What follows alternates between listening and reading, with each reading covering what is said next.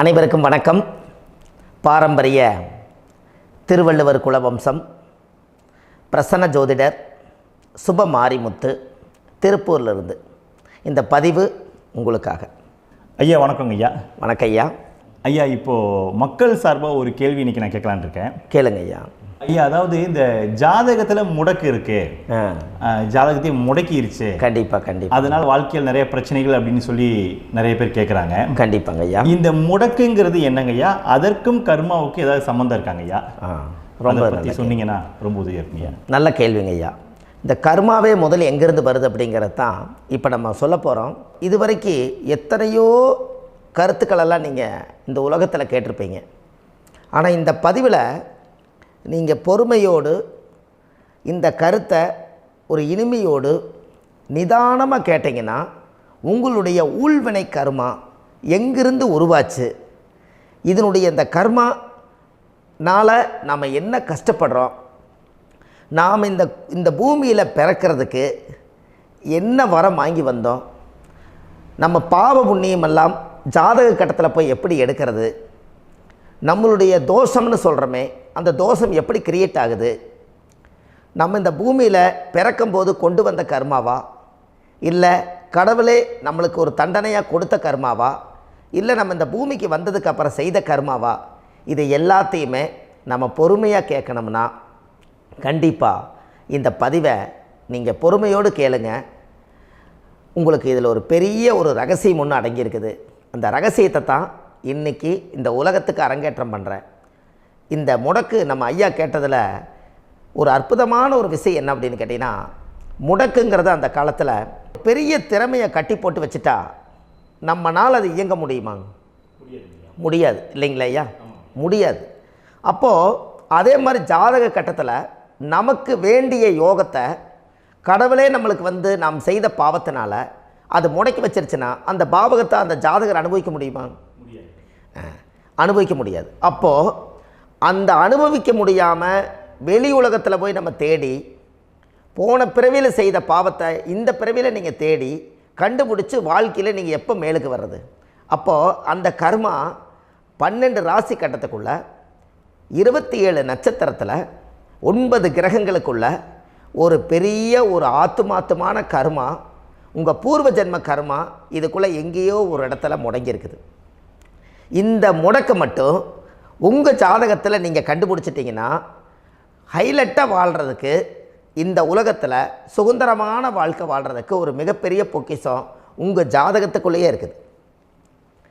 அப்போது அந்த ஜாதகத்துக்குள்ளே நாம் போன பிறவியில் நம்ம கர்மா நாம் என்ன செய்திருப்போன்னு உங்களுக்குள்ளே பெரிய குழப்பம் இருக்கும். என்னங்க ஐயா, நீங்கள் என்ன கர்மா பண்ணிட்டு வந்தீங்க, நாம் போன பிறவியில் நம்ம யாரை ஒரு வதச்சோம், யாரை நம்ம மனசை புண்படுத்தினோம், நம்ம தாத்தாவுக்கு சோறு போட்டோமா, நம்ம பாட்டனுக்கு சோறு போட்டோமா, நம்ம முப்பாட்டனுக்கு சோறு போட்டோமா, நம்ம கொள்ளுப்பாட்டனுக்கு சோறு போட்டோமா, அப்போ நம்ம அப்பாவுக்கு நம்மளை பெற்றவருக்கு நம்ம சாப்பாடு கொடுத்தோமா, இவங்களுக்கெல்லாம் நம்ம சேவை பணிமடைகள் செஞ்சோமா, நம்மளுடைய உறவுகளுக்கெல்லாம் அரவணைச்சு போனோமா, நம்மளுடைய இந்த மாதிரி நாம் இரத்த சம்பந்த உறவுகளை இருந்து தான் இந்த உலகத்துக்கு நம்ம வெளியில் வந்திருப்போம். அப்போது வெளியில் நீங்கள் நிற்கிறீங்க, அப்படியே மேலே போய் பார்த்தீங்கன்னா ஒரு 7 தலைமுறையில் ஒவ்வொருத்தரும் செய்த கர்மாவெல்லாம் நம்ம பிளட்டு ரிலேட்டிவாக இப்போ நீங்கள் கரண்ட்டில் இருக்கிறவங்க கிட்ட தான் டெபாசிட் பண்ணியிருக்கோம்.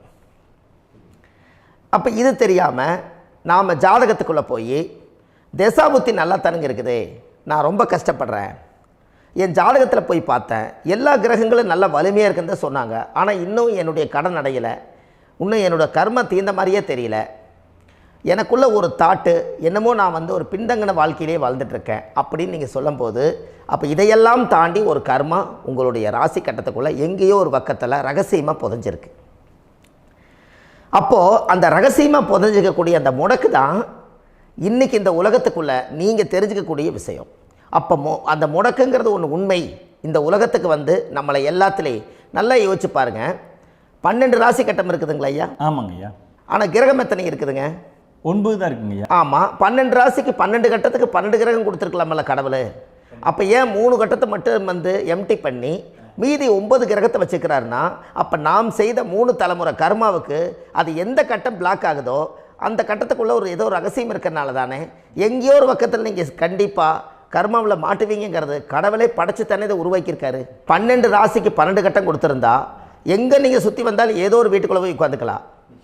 ஆனால் ஒரு வீடு சுத்தமாக இருக்குது, ஒரு வீட்டில் 4 கிரகம் இருக்குது, ஒரு வீட்டில் 3 கிரகம் இருக்குது, ஒரு வீட்டில் 5 கிரகம் இருக்குது, ஒரு 3 வீடு 4 வீடு காலியாக இருக்குது. அப்போ எங்கேயோ ஒரு ராசி கட்டத்துக்குள்ளேயே கடவுளுடைய கர்மா விளையாட்டு, அது ரகசிய விளையாட்டு தான்.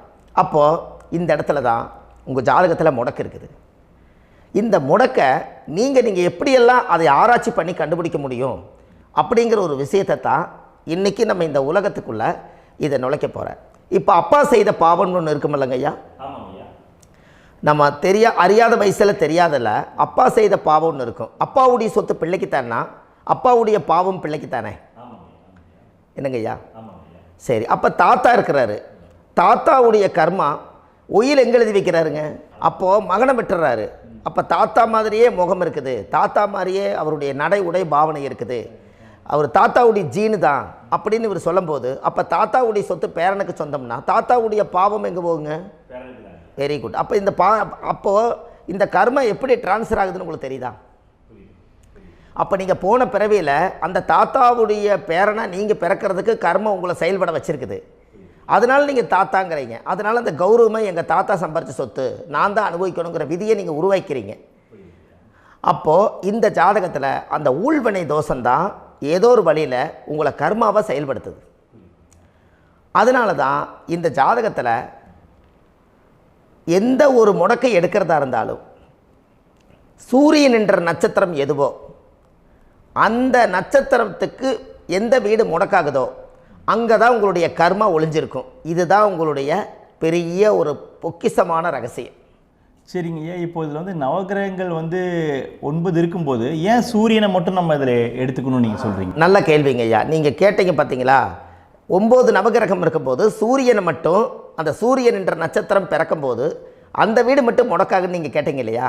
இதுதான் அற்புதமான கேள்வி. ஏன் அப்படின்னு கேட்டிங்கன்னா, சூரியன் அப்பாவோட உயிர் கரு போய் அம்மாவுடைய பனிக்கூடத்தில் கர்ப்பத்தில் வச்சு 10 மாதம் 300 நாள் சுமந்து நீங்கள் இந்த பூமிக்கு வெளியில் வரும்போது நீங்கள் என்ன பாவத்தை இவங்க விதைச்சாங்களோ அந்த கர்மாவை வாங்கிட்டு தான் நீங்கள் வெளியில் பிரசவமாகறீங்க. இதுதானே? அப்போ சூரியன் என்ற நட்சத்திரம், அந்த சூரியனுங்கிறது உயிர் கருவல்லவா, அப்பாவுடைய உயிரணுக்கள் அம்மாவுடைய கருவிக்குள்ளே போய் நாம் குழந்தை வடிவத்தில் இருந்து 300 நாள் பாவ உன்னித்த பதிவில் ஏட்டு எழுதி ஒரு ஜாதகத்தை கையில் கொடுத்து பிறந்த உடனே உங்களுக்கு ஒரு ஏட்டை பெரட்டி நீ இப்படித்தான் விதி, இனிமேல் இப்படித்தான் நீ வாழணும்னு சொல்லி உங்கள் கர்மாவை நீங்கள் கர்மாவோடு தானே வெளியில் பிறக்கிறீங்க. அப்போ சூரியன் என்ற நட்சத்திரம் தானே இந்த உலகத்துக்கு ஒரு பெரிய ஒரு மகத்துவம். இப்போ பாருங்கள், விடிய வரைக்கும் நம்ம முழிச்சிட்ருக்குறோம், காலையில் சூரிய உதயமானால் அவங்கவுங்க செயல்படுறோம். மீதி எல்லா கிரகங்களுக்குமே வெளிச்சத்தை கொடுக்கக்கூடிய சக்தி சூரியனுடைய பிம்ப ஒளிக்குத்தானே உண்டு, என்னங்க ஐயா? அதனால தான் மேசத்து உச்ச வீடுன்னு சொல்லி மேசத்தை உச்சம்னு சொல்லி சூரிய உச்சத்தை அங்கே தான் வச்சாங்க. அப்போது அந்த காலச்சக்கரத்துக்கு 5ஆம் இடம் பூர்வ புண்ணியஸ்தானத்தில் போய் சிம்மத்தில் கொண்டு போய் சூரியனை ஆட்சி வீடுன்னு வச்சாங்க. அப்போது சூரியனில் இருந்து தான் அந்த மையப்புள்ளி உருவாகுது. அப்போ உங்களுடைய ஜாதகத்தில் அந்த சூரியனாகப்பட்டவர் பிறக்கும்போது நீங்கள் உங்கள் ஜாதகத்தை நீங்கள் எடுத்துக்கங்க ஐயா. நீங்கள் இன்றைக்கே போய் கதவை திறந்து உங்கள் பெட்டியை திறந்து பீர்வாவுக்குள்ளே உங்களுடைய ஜாதகம் இருக்குது, அந்த ஜாதகத்தை எடுத்து ஜோதிடர்கிட்டையே நீங்கள் சந்தேகம் கேட்குறக்கு முன்பு நீங்களே உங்களுடைய கர்ம பற்றி தெரிஞ்சுக்கிறதுக்கு இந்த பதிவில் உங்களுக்கு ஒரு ரகசியத்தை சொல்லித்தரேன். உங்கள் ஜாதகத்தில் இப்போ இது வரைக்கும் ராசி கட்டத்தை நீங்கள் பார்த்துருப்பீங்க, ஆனால் பாதசாரம்னு ஒன்று இருக்கும் இல்லைங்களா? ராசிக்கு பாதசாரம்னு ஒன்று இருக்கும்.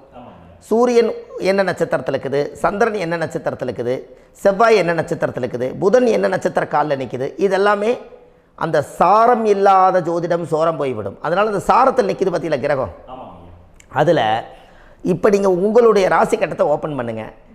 இதில் ராசி கட்டத்தில் சூரியன் என்ற நட்சத்திரம்னு ஒன்று இருக்கும் இல்லைங்களா? அது எதுவாக வேணாலும் இருந்துட்டு போட்டோம். அந்த நட்சத்திரம் தான் நீங்கள் பிறக்கும்போது தாயுடைய கருவறைக்குள்ள கரு உருவான நட்சத்திரமே அதுதான். புரிஞ்சுங்களா ஐயா? பிறக்கும்போது நீங்கள் அந்த கருவுடைய நட்சத்திரம் அப்பா வந்து கருவை உருவாக்கி கர்மாவை விதைச்சது அந்த சூரியன் என்ற நட்சத்திரம் தான். அந்த வீட்டுக்கு தான் இந்த ராசி கட்டத்தில் உங்களுக்கு முடக்கு உருவாகுது. புரிஞ்சுங்களா ஐயா? அப்போது ஒரு ஜாதகத்தில் சூரியன் என்ற நட்சத்திரம் எதுவோ அதுதான் உங்களுடைய கர்மா நட்சத்திரம். இப்போ நம்ம பிறக்காதுக்கு முன்னாடி அப்பா கட்டத்தில் அந்த கர்மா டெபாசிட் ஆகிருக்கும். அதை ட்ரான்ஸ்ஃபர் எப்படி பண்ணுறாரு? அவருக்கு ஒரு கல்யாணம் வச்சு அவர் குடும்ப வாழ்க்கையில் வாழ்ந்து நம்மளோட உயிர் கருவை கொண்டு போய் ஊராம் பொண்ணை கல்யாணம் பண்ணி பொண்டாட்டின்னு எடுத்துக்கொண்டு அந்த பொண்டாட்டிங்கிற உரிமையாகி இவருடைய உயிர் கரு உருவாகி வாரிசுகள் வெளியில் வருது. அதானங்க ஐயா? அப்போது அந்த சூரியன் என்ற நட்சத்திரம் தான் இந்த உலகத்தில் ஒரு பிரம்மாண்டமான நட்சத்திரம். இந்த நட்சத்திரம் உங்கள் மனசுக்குள்ளே ஏதாவது இருந்துச்சுன்னா உங்கள் வீட்டில் ஏதாவது ஒரு நல்ல விஷயங்கள் நீங்கள் பண்ணுறதா இருந்தால் அந்த கர்மா நட்சத்திரம் சூரியனுடைய நட்சத்திரம் இருக்குது பார்த்தீங்களா, அந்த நட்சத்திரத்தில் எந்த ஒரு சேவைகளும் செய்யக்கூடாது.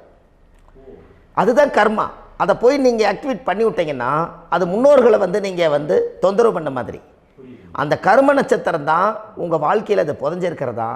இப்போ குழந்தை பிறந்தாலோ சீர் சீமந்தங்கள் நீங்கள் செய்கிறதாலோ கல்யாணம் முக்கிறதுனாலோ உங்கள் ஜென்ம நட்சத்திரத்தன்னைக்கு கல்யாணம் பண்ண வேண்டாம்னு சொல்லிக்கிறாங்கல்லங்க. உங்களுக்கு ஜென்ம நட்சத்திரத்துக்கு முன்னாடி உங்களை உருவாக்குன நட்சத்திரம் தான் ஜென்ம நட்சத்திரம். அப்போ சூரியன் என்ற நட்சத்திரம் அப்பாவுடைய ஜென்ம நட்சத்திரமாக அந்த ஊழ்வினை கர்மம் செயல்படுது. அப்போ அந்த முடக்கு யார் வழியில் வந்தது?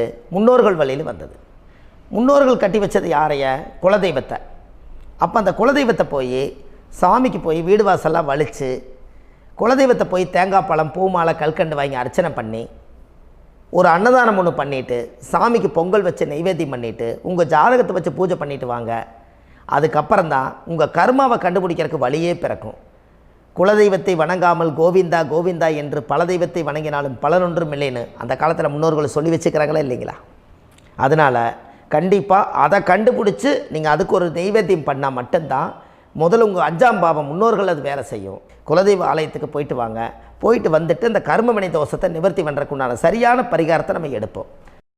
அப்போது உண்மையாலுமே ஒரு ராசி கட்டத்துக்குள்ளே இந்த மாதிரி ஒரு அந்த கர்ம தோஷம் இருப்பதனால இந்த கர்மா தோஷத்துக்கு அந்த முடக்க தோஷங்கிறத நீங்கள் எடுத்து அதை கண்டுபிடிச்சி அந்த சூரியன் என்ற நட்சத்திரம் எந்த ராசி கட்டத்தில் போய் முடக்காயிருக்குதோ அந்த முடக்கு எந்த பாவகம் வந்து நம்மளுக்கு லாக் ஆகிருக்குதோ அந்த பாவகத்துக்கு உண்டான பரிகாரங்கள் அதுக்குரிய ஸ்தலங்கள் அந்த கோவில்களில் போய் சுவாமிக்கு தேங்காய் பழம் பூமாலை கல்கண்டு வாங்கி அர்ச்சனை பண்ணி நீங்கள் அந்த கோவிலுக்குள்ளே போய் உட்காந்து சாமி கும்பிட்டு வந்தீங்கன்னா உங்களுடைய ஜாதகத்தில் இருக்கக்கூடிய அந்த முடக்கு தோசை நீங்கி வாழ்க்கையில் நீங்கள் எதை சாதிக்க வந்தீங்களோ அந்த சாதனையை நீங்கள் சாதிச்சிட்ருப்பீங்க.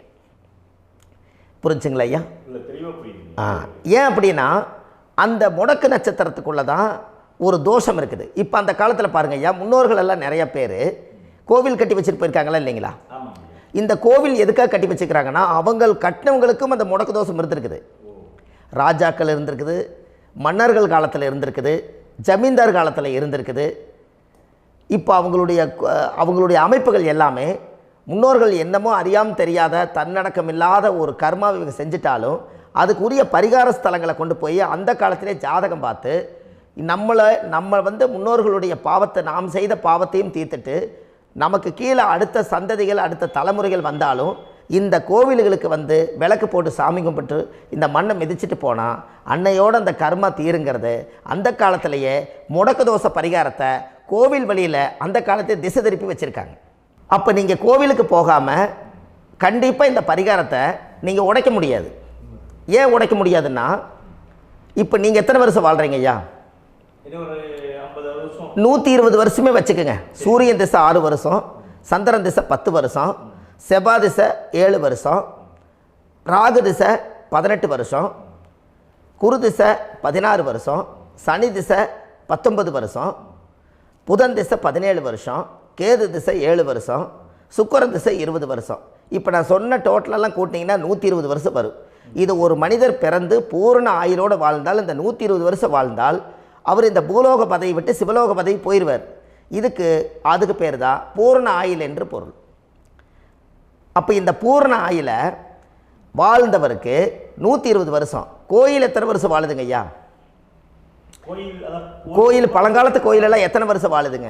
12 வருஷத்துக்கு கும்பாபிஷேகம். அது ஓகே, அது பரவாயில்ல. 12 வருஷத்துக்கு ஒருக்கா பழசை புதுப்பிச்சு கும்பாபிஷேகம் பண்ணி மறுபடியும் அதுக்கு பவர் ஊட்டி சக்தி ஊட்டி அதுக்கு உருவேற்றுறாங்க. நான் சொல்கிறது கோயில் 5000 வருஷம் 4000 வருஷம் பெரிய பெரிய சித்தர்கள், மகான்கள், ரிஷிமார்கள், யோகிகள், சித்தர்கள் இவங்களெல்லாம் போய் கோவில்லையே சிவனையும் பெருமாளையும் வழிபாடு பட்டுட்டு கோவில்லையே ஒரு ஓரத்தில் ஜீவசமாதி ஆயிட்டாங்கன்னு பழைய கால கோயிலில் சித்தர்கள் குடியிருக்காங்களா இல்லைங்களா? இருக்காங்கல்லங்க ஐயா. அப்போது நாம் 120 வருஷம் வாழ்கிறோம், கோவில் 5000 வருஷம் வாழுது. எங்கே சக்தி அதிகமாக இருக்குன்னு சொல்லுங்க? கோவிலில் தாங்க ஐயா. கோயில் தான், அதில் ஒன்றும் மாற்றம் இல்லைங்களே. கோயில் தாங்க. அப்போ கோவிலில் தான் அந்த சக்தி இருக்குதுன்னு நீங்கள் சொல்கிறீங்க. அப்போ உங்களுடைய கர்மாவை உடைக்கிறதுக்கு 120 வருஷம் பெருசா 5000 வருஷம் பெருசான்னு சொல்லுங்கள்? 5000 தாங்க. அப்போ 5000 வருஷம் உள்ள அலைகள் எத்தனை அந்த சிவனுக்கு இப்போ சிவன் கோயிலே உங்களுக்கு முடக்கு தோஷத்துக்கு ஒரு கோயில் வருதுன்னு வச்சுக்கோங்க. அந்த கோவிலில் எத்தனை முடக்குகளுக்கு உண்டான கோவில்கள், எத்தனை பழங்களை ஊற்றி சாமிக்கு அபிஷேகம் பண்ணியிருப்பாங்க, எத்தனை பால் கூட ஊற்றிருப்பாங்க, பன்னீர், தேன், இளநீ, மஞ்சள் நீர், திருமஞ்சனம், அபிஷேகம், பொங்கல், நைவேத்தியம் இத்தனையும் செஞ்சு அந்த சிவனை சிவனாக பார்த்து அந்த கருவறைக்குள்ள ஒரு கிராணங்கள் வரும்போதும் கூட பாதுகாப்பு பண்ணி வச்சு நல்ல சக்தியோடு அந்த கருவறையை புத்தியோடு அவங்க வேலை செஞ்சு அந்த காலத்தில் வச்சுருக்காங்களா இல்லைங்களா? அப்போது நம்ம வீட்டை அவ்வளோ சுத்தமாக வச்சுருக்க முடியுமா? என்னதான் வாஸ்து இருந்தாலும் முடியாது இல்லைங்களா? அப்போது அவ்வளவு ஒரு பவர்ஃபுல்லான கோவில் அந்த முடக்கு தோஷத்துக்குள்ளே ரகசியமாக அந்த கோயில் அடங்கியிருக்குது. உங்கள் ஜாதகத்துக்குள்ளே உண்மையாலுமே ஊழ்வினை கோயில், கர்மவினை கோயில் அதுக்குள்ளே இருக்குது. அந்த ஜாதகத்தை கணிச்சு பார்த்தா கரெக்டாக உங்களுடைய ஜாதகத்தில் அப்பாவுடைய கருவறையிலேருந்து உயிர் உருவாகிற நேரத்தில் இருந்து இப்போ வரைக்கும் நீங்கள் கரண்ட்டில் வாழ வரைக்கும் அந்த கர்ம கூட வர்றதை ஒரே ஒரு இடத்துல போனால் மட்டும்தான் விட்டுட்டு வர முடியும். அது எந்த வீடு அப்படின்னு கேட்டால் உங்களுக்கு அப்பாவுடைய கர்மா வழியில் போய் அந்த கோவில் பழையகால கோயில், பழையகால தெய்வங்கள், அந்த கோவில் தான் உங்கள் ஜாதகத்துக்குள்ள ரகசியமாக இருக்கும். அது ஏன் இந்த பதிவில் உங்களால் சொல்ல முடியாது அப்படின்னா, இந்த பதிவில் ஏன் உங்க சொல்ல முடியாதுன்னா உங்கள் ஜாதகம் தெரியாமல் என்ன கோயிலை நீங்கள் சொல்லுவீங்க? இப்போ பொதுவாக ஒரு நட்சத்திரத்துக்கு ஏதோ ஒரு கோவிலை அவங்க சொல்லி நீங்கள் போயிட்டு வர்றீங்கன்னு வச்சுக்கோங்க. ஆனால் அது வேலை செய்யலைன்னா நம்மளுக்கு என்னங்க இவ்வளோ கஷ்டப்பட்டு போய் அதை பலனடையிலேன்னு கேள்வி கேட்டக்கூடாது. உங்கள் ஜாதகத்தை நீங்கள் கொண்டாங்க, உங்கள் டேட் ஆஃப் பர்த் டயத்தை போட்டு ஜாதகத்தை கணிச்சு நீங்கள் சூரியன் என்ற நட்சத்திரத்துக்கு உங்களுடைய கர்மவினை கோவில் யார், உங்களுடைய முடக்கு யார், ஊழ்வனை தோஷத்துக்கு உண்டானவர் யார், தாய் வழி கர்மா யார், தந்தை வழி கர்மா எது, நீங்கள் பிறக்கும்போது வந்த கர்மா என்ன, இது எல்லாம் கணிக்காமல் பொதுவாக ஒரு கோயிலில் போய் நீங்கள் பாட்டுக்கு சாமி கும்பிட்டு வந்தால் பலன் எப்படி கிடைக்கும்? கண்டிப்பாக கிடைக்காதுங்க ஐயா. என்னங்க ஐயா? அது தெரிஞ்சு பண்ணாதான் சரியா? ஒரு டாக்டர்கிட்ட போகிறீங்க, என்னை அப்படியே ஸ்கேன் பண்ணி ஒரே ஒரு மாத்திரை கொடுங்கன்னு கேட்டால் டாக்டர் கொடுப்பாருங்களா? அவர் என்ன பிரச்சனை இருக்குதோ அதை முதல்ல கண்டுபிடிச்சி ஸ்கேன் பண்ணி பார்த்து ரிப்போர்ட் எடுத்து அது மூலியமாக தான் கொஞ்சம் எடுத்து ஐயா உங்களுக்கு இந்த பிரச்சனை, இதுக்கு தீர்வுக்கு இதுக்குண்டான மெடிசன், இது இப்படித்தான் சாப்பிடணும்னு அது முறையாக சொல்லி அந்த உயிர் வாழ வைக்கிறாரு டாக்டர். அவர் ஒரு தெய்வ வடிவத்தில்.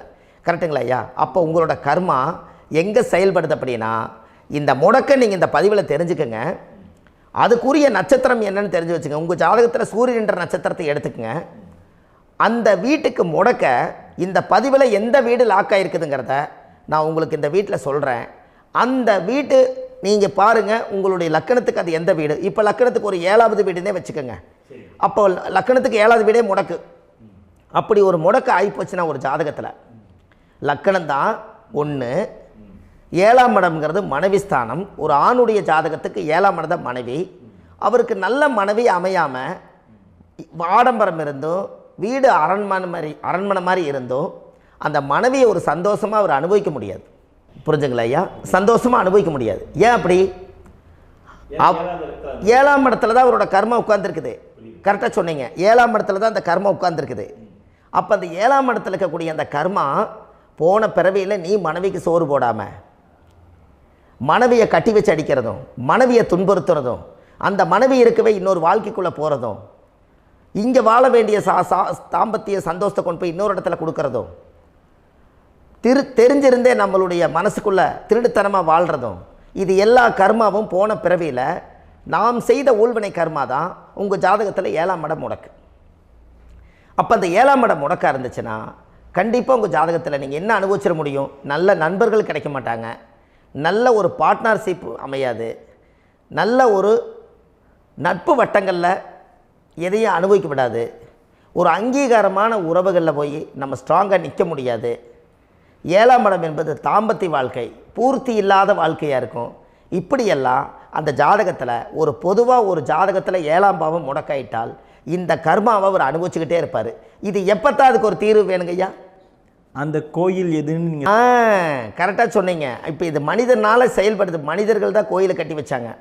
தெய்வத்தை விட ஒரு காலத்தில் மனிதர்களுக்கு மகிமை ஜாஸ்தி. ஏன்னா சாதாரண ஒரு மண் பூமியாக இருந்த இடத்த மனிதர்கள் தான் கோயில் கட்டி ஒரு மகிமைப்படுத்தி புண்ணியம் பண்ணி வச்சாங்க. மனிதர்களுக்கு சக்தி அதிகம்தான், ஆனால் பிரபஞ்சத்துக்கு அதை விட சக்தி அதிகம் அல்லவா?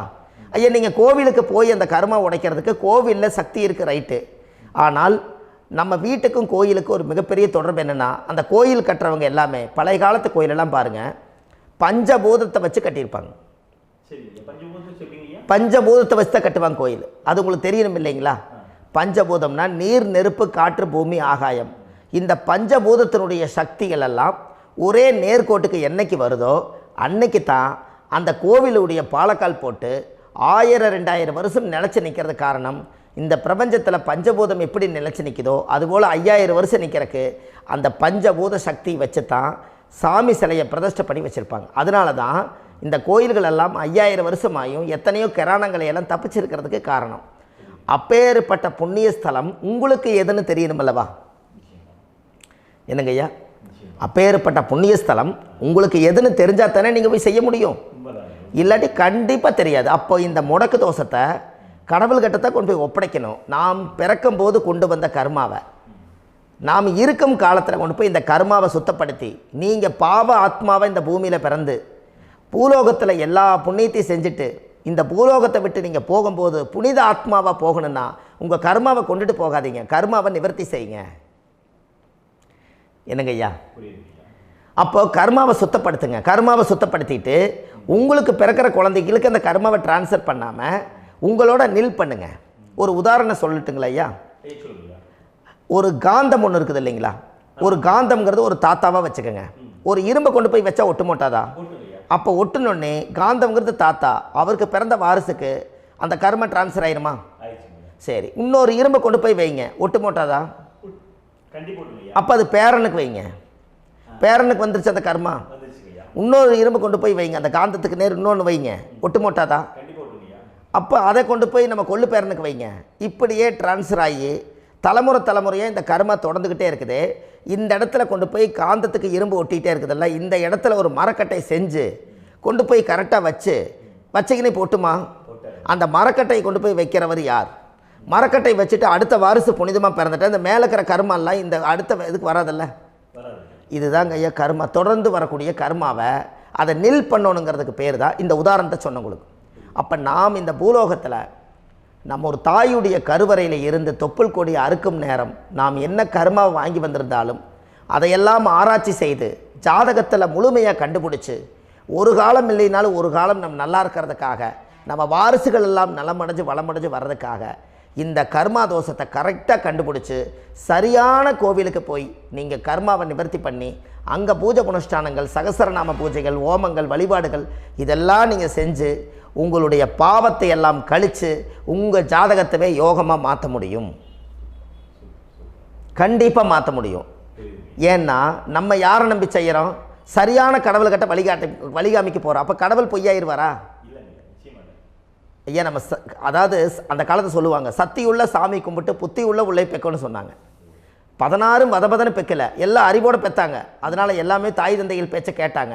அன்றைக்கி எல்லாருமே தாய் தந்தைகளுக்கு தூணாக நின்னாங்க. அப்போ அந்த காலத்தில் சத்தியுள்ள சாமி கும்பிட்டு புத்தி உள்ள உள்ளே பெக்கணும்னு சொல்லி அன்றைக்கி அறிவோடு பெற்று இந்த கர்மாவை ஆளுக்கு ஒரு கர்மாவை டிரான்ஸ்ஃபரை பிரித்து எல்லாரும் சுத்தப்படுத்தினாங்க. இன்றைக்கி நம்ம ஒரு குழந்தை 2 குழந்தை பெற்று வச்சுருக்கோம். அவங்களுக்கே இவ்வளவு கர்மா வந்துருச்சுன்னா இந்த குழந்தைகளுக்கு என்னைக்கு இந்த கர்மாவை போய் கண்டுபிடிச்சி நீங்கள் எப்போ சரி பண்ணுவீங்கன்னு. அப்போ இந்த வாழ்க்கையில் ஏதோ ஒரு பிரபஞ்ச சக்தி நம்மளை அறியாமல் என்னமோ ஒரு இயக்கத்தில் கொண்டு போய் விட்டுருச்சுங்களா? அப்போ இனிமேலாவது இந்த கர்மாவில் இருந்து கண்டிப்பாக நம்ம நிவர்த்தி ஆகணும்னு சொன்னால் இந்த முடக்கு தோஷத்தை யாரெல்லாம் கண்டுபிடிச்சி இந்த ஊழ்வினை கர்மாவில் இருந்து நாம் கருவறையில் சுமக்கும் போது 10 மாதம் நீங்களாம் என்னென்ன நினச்சிருப்பீங்க? அதாவது கருவறைக்குள்ள கருப்பாக ஒரு பிண்டம் இடப்பக்கம் கிடக்கையில் இந்த பூமிக்கு வரும்போது நீங்கள் என்னென்ன நினச்சிருப்பீங்க? இந்த பிறந்ததுக்கு அப்புறம் வந்து தான் அம்மா தெரியுது, அப்பா தெரியுது, தாத்தா தெரியுது, பாட்டி தெரியுது, இந்த உலகத்தில் கண்கொள்ளாத காட்சிகள் எல்லாம் தெரியுது, எல்லாம் தெரியுது. ஆனால் 10 மாதம் உங்கள் வாழ்க்கையில் நீங்கள் இருக்கும்போது நீங்கள் என்னென்னலாம் நினச்சி இந்த பதிவில் இறைவன் கொடுத்தாரோ அதையெல்லாம் அனுபவிக்கத்தான் வந்தீங்க. அதுக்கு இடையில இருக்கிறதான கர்மா. இந்த ஒரு விஷயம் உங்களுக்கு கிடச்சிருச்சுன்னா நீங்கள் எல்லாருமே ராஜயோகமாக பிழைப்பீங்கள்ல. இதில் ஏழை பணக்கார யாரையுமே சொல்ல வரல. அவங்க பிறக்கும்போது புண்ணியத்தை பொறுத்து தான் போன ஜென்மத்தில் நம்ம என்ன புண்ணியங்கள் பண்ணி வச்சோமோ அந்த புண்ணியத்தில் இன்றைக்கி நல்லா வாழ்கிறாங்க. ஒருத்தர் கேட்டார், என் ஜாதகத்தில்ங்க எங்கூட படித்தவர் இடம் வாங்கிட்டார், வீடு வாசல் கட்டிட்டார், தொழில் பண்ணிட்டார், நல்லா இருக்கார், ஆனால் நான் இன்னும் அப்படியே தான் இருக்கிறேங்கன்னு ஒருத்தர் கேட்டார். அதுக்கு ஒரு கருத்து என்னென்னா, டேட் ஆஃப் பர்த் ஒன்று தான், டைம் ஒன்று தானே வச்சுக்கோங்க. அவங்க அப்பா செஞ்ச புண்ணியம் வேறு, நீங்கள் செஞ்ச பாவங்கள் வேறு. அவர் செஞ்ச புண்ணியத்தினால அவருக்கு எல்லாமே முன்னாடி கிடைக்குது. நீ கர்மாவெல்லாம் கழிச்சிட்டீங்கன்னா பின்னாடி கிடைக்க போகுது. இதில் மற்றவங்களை பற்றி வேற்றுமையாக நினைக்கிறதுல எந்த ஒரு இதுவுமே இல்லை. அப்போ ஒருத்தர் பார்த்து ஒருத்தர் வாழ வேண்டாம். உங்களுடைய சுய அறிவை வச்சு இந்த பூலோகத்தில் இந்த பூமியில் நீங்கள் 4 தெரிஞ்சு நல்ல விதமாக கற்றுக்கிட்டு இந்த உலகத்தில் சிறப்பாக வாழ கற்றுக்குங்க. அதுக்கு அந்த ஊழ்வினை தோஷத்தை கண்டுபிடிங்க. உங்களுக்குன்னு ஒரு முடக்கு இருக்குதுங்கிறத இன்றைக்கி நீங்கள் எழுதி வைங்க. அதை எப்படியாவது கண்டுபிடிங்க, அதை தேடுங்க. ஒரு முறை நீங்கள் ஜாதகத்தை கொண்டு வாங்க. அந்த ஜாதகத்தை கொண்டு வந்து உங்கள் பாவகத்தில் எத்தனாம் பாவம் முடக்காயிருக்குதுன்னு பாருங்கள். அந்த பாவகம் முடக்காயிருச்சுன்னா உங்கள் வாழ்க்கையில் அதிலிருந்து உங்களால் வெளியில் வரவே முடியாது. கண்டிப்பாக வர முடியாது. அதை நீங்கள் கண்டுபிடிச்சா மட்டும்தான் நீங்கள் மேலே வர முடியும். ஏன்னா நிறைய பரிகாரங்கள், பூஜைகள், யாகங்கள், ஓமங்கள் எல்லாம் செய்து வச்சும் கூட அந்த கர்மவினைக்கு உண்டான கோவிலுக்கு போய் அந்த 5000 வருஷ பழமை வாய்ந்த தெய்வத்துக்கிட்ட போய் நீங்கள் முறையிட்டு விளக்கு போட்டு உங்கள் கர்மத்தை எல்லாம் நான் நீ தான் தீர்த்து கொடுக்கணும்னு சொல்லி நம்பிக்கையோடு நீங்கள் போய் அந்த சரணாகதி அடையிறீங்க பாருங்கள், அங்கே தான் உங்கள் கர்மாவை எடுத்து விடுறாரு. அப்போ இந்த ரகசியம் உங்களுக்கு வேணுமல்லவா? அப்போ உங்கள் ஜாதகத்தில் எங்கே முடங்கி அதுக்குரிய கோவில்கள் எல்லாம் என்ன, அதுக்கு தான பரிகாரம் என்ன, அதுக்கு நீர் பரிகாரம் என்ன, யாத்திரை பரிகாரங்கள் என்ன, நீங்கள் வீட்டில் இருந்தே செயல்படுத்தக்கூடிய பரிகாரங்கள் என்ன, பரிகாரம் கோவிலுக்கு போய்த்தான் நடக்குமா, இல்லை நாம் வீட்டில் வச்சு வணங்குறதுனால நடக்குமா, நாம் செய்யக்கூடிய தர்ம பரிகாரங்கள் என்ன, தான பரிகாரங்கள் என்ன, இப்படி பல விதமாக இருக்கிறனால உங்கள் ஜாதகத்துக்கு எந்த மாதிரி பரிகாரம் கனெக்ட் ஆகுதுங்கிறது தெரியணும். இது தெரியாமல் கண்டிப்பாக உங்களால் செயல்படுத்துறது ரொம்ப கஷ்டம். இதனால் இதை நீங்கள் தெரிஞ்சுக்கணும்னா இப்போ நம்ம பாருங்கள், நீங்கள் அந்த தெரிஞ்சுக்கிட்டாலே உங்கள் வாழ்க்கையில் ஒரு டைம் தான் நீங்கள் தெரிஞ்சுக்க போகிறீங்க. உங்களுடைய கர்மா என்ன, நீங்கள் எங்கே செயல்பட்டு போயிட்டுருக்கிறீங்க, உங்கள் போகிற பாதை சரியா இல்லை அந்த பாதையில் முள்ளு கல் இருக்குதா, இது எல்லாம் உங்களுக்கு தெரியலனா இந்த முடக்கை கண்டுபிடிக்கக்கூடிய சக்தி வாய்ந்த இந்த கர்மாவை நிவர்த்தி பண்ணுறதுக்கு வழிகள் இருக்குது. அதனால் நீங்கள் கண்டிப்பாக இந்த முடக்கை தெரிஞ்சுக்கணும். இந்த முடக்கு ராசினா என்ன உண்மையாலுமே உங்கள் வாழ்க்கையில் நீங்கள் தெரிஞ்சு இனிமேல் உங்கள் வாழ்க்கையில் இதுவரையிலும் கர்மாவுக்குள்ளேயே கஷ்டப்பட்டீங்க, வழி தெரியாமல் கண்ணை கட்டி காட்டில் விட்ட மாதிரி இருந்தீங்க. இனி அப்படி இருக்க வேண்டாம். உங்கள் ஜாதகத்தில் 12 ராசி கட்டத்தில் 9 கிரகம் போகும், மீனி 3 கிரகம், 3 கட்டம் உங்களுக்கு எங்கேயோ ஒரு பக்கத்தில் 3 கட்டம் எம்டியாக தான் இருக்கும். கரெக்டுங்களா? அது இல்லாமல் ஒரு ஜாதகம் பிறக்காது. ஏன்னா 9 கிரகத்துக்கு 9 கணக்கு போட்டால் 3 கட்டம் எம்டியாக தான் நிற்குது. அந்த கட்டத்துக்குள்ளே எந்த நட்சத்திரத்தில், எந்த சாரத்தில், எத்தனாவது டிகிரியில், எத்தனாவது பாதசாரத்தில், எத்தனை வெகுளையில், எத்தனை செகண்டுக்குள்ளே இந்த கர்மா உள்ளே புகுந்து உங்களை செயல்படுத்துதுங்கிறத கண்டிப்பாக உங்கள் ஜாதகத்தை கொடுங்க. பார்த்து இந்த விஷயத்தை சொல்கிறேன், நீங்கள் அந்த இடத்துக்கு போய் நிவர்த்தி பண்ணிவிட்டு உங்கள் வாழ்க்கையில் கொஞ்சம் காலம் வாழ போகிறீங்க. பாருங்கள், பிறந்ததுலேருந்து 20 வருஷத்துக்குள்ளே இளமையாக வாழ்கிறீங்க, குழந்தையாக வாழ்கிறீங்க. 20லேருந்து 40 வயசுக்குள்ளே தான் உங்களுக்கு ஒரு பொண்ணை பார்த்து கல்யாணம் பண்ணி ஒரு கரு உருவாக்குறீங்க. அதுக்கப்புறம் 40லேருந்து 60க்குள்ளே குழந்தை பெற்று கடமை முடிச்சிடுறீங்க. 60 வயசுக்கு மேலே ரிட்டையர்ட் ஆகிடுறீங்க. இந்த 20க்கும் 60க்கும் இல்லாத 20லேருந்து இந்த 40 வயசுக்குள்ளே உங்களோட தேடல் என்னவோ அது வாழ வேண்டிய சுகபோகமான வாழ்க்கை எல்லாமே அந்த 40க்குள்ளே தான் இருக்குது. இந்த 40க்குள்ளே இருக்கக்கூடிய வாழ்க்கையை இந்த கர்மா தெரியாமல் காலத்தை வீணாக்க வேண்டாம். வாழ வேண்டிய வயசில் நீங்கள் வாழணும். அதுக்குரிய கர்மாவை நீங்கள் சுத்தப்படுத்துங்க. எப்படியெல்லாம் நீங்கள் சந்தோஷமாக வாழ்கிறீங்கன்னு எனக்கு ஒரு தகவல் கொடுங்க. வேறு லெவலில் நீங்கள் இருப்பீங்க. கண்டிப்பாக இந்த பதிவில் உங்களுக்கு நான் இந்த விஷயத்தை கொடுக்க போகிறேன். இந்த முடக்கு நட்சத்திரங்கள் என்ன அப்படிங்கிறத இந்த பதிவில் நீங்கள் ஒரு நோட் ஒன்று எடுத்துக்கோங்க, குறித்து வச்சுக்கோங்க. இதில் இருந்து அவங்கவுங்களுக்கு முடக்கு நட்சத்திரம் என்னங்கிறத இந்த பதிவில் நான் உங்களுக்கு கொடுக்குறேன். இந்த வீடு தான் அது முடக்குங்கிறத சொல்கிறேன். இதையெல்லாம் நீங்கள் தெரிஞ்சு உங்கள் ஜாதகத்தவே நீங்கள் முடக்கு எடுத்து கண்டிப்பாக உங்கள் வாழ்க்கையில் நீங்கள் நல்லா இருப்பீங்க.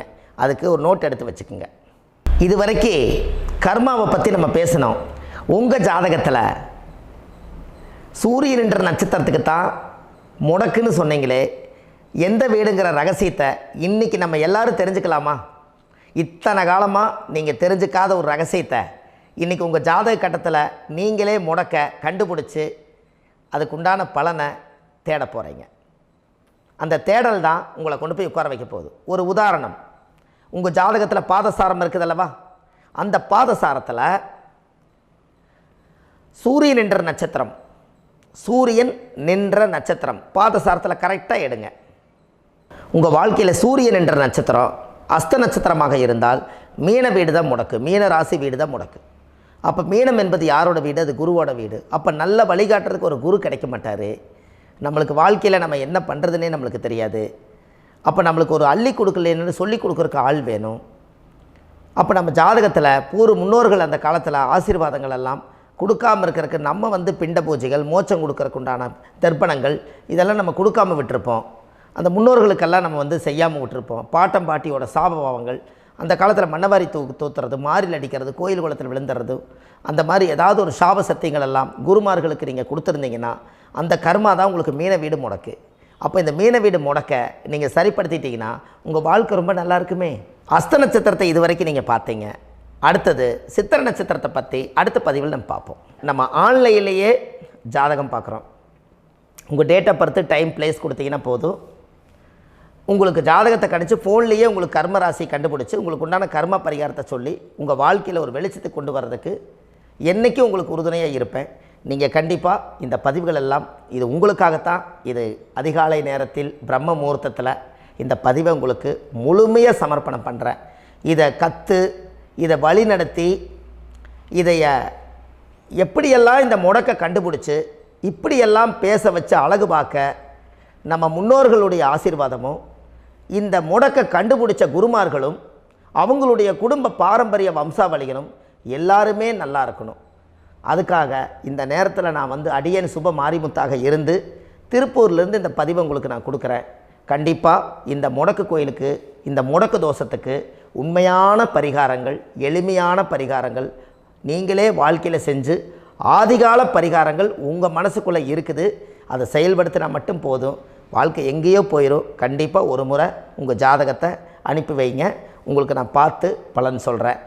இன்றைக்கி நான் கொடுத்த பதிவுகள் எல்லாம் உங்களுக்கு ரொம்ப பயனுள்ளதாக இருந்திருக்கும்.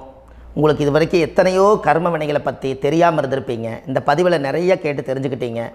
இதெல்லாம் வாழ்க்கையில் ரொம்ப முக்கியமான பரிகாரங்கள், எளிமையான பரிகாரங்கள். நேராக நீங்கள் கடவுளைத்தான் கெட்டியாக பிடிக்க போகிறீங்க. அந்த பரிகாரங்கள் எல்லாம் செஞ்சு அதிகாரமாக வாழ்ந்து இந்த பூலோகத்தில் நல்ல சிறப்பாக வாழ்கிறதுக்கு இந்த பரிகாரம் உங்களுக்கு ரொம்ப யூஸ்ஃபுல்லாக இருக்கும். கண்டிப்பாக இந்த பதிவை செய்யுங்க. நம்ம பாரம்பரிய திருவள்ளுவர் குல வம்சம், பிரசன்ன ஜோதிடர் சுப மாரிமுத்து, திருப்பூரில் இருக்கேன்.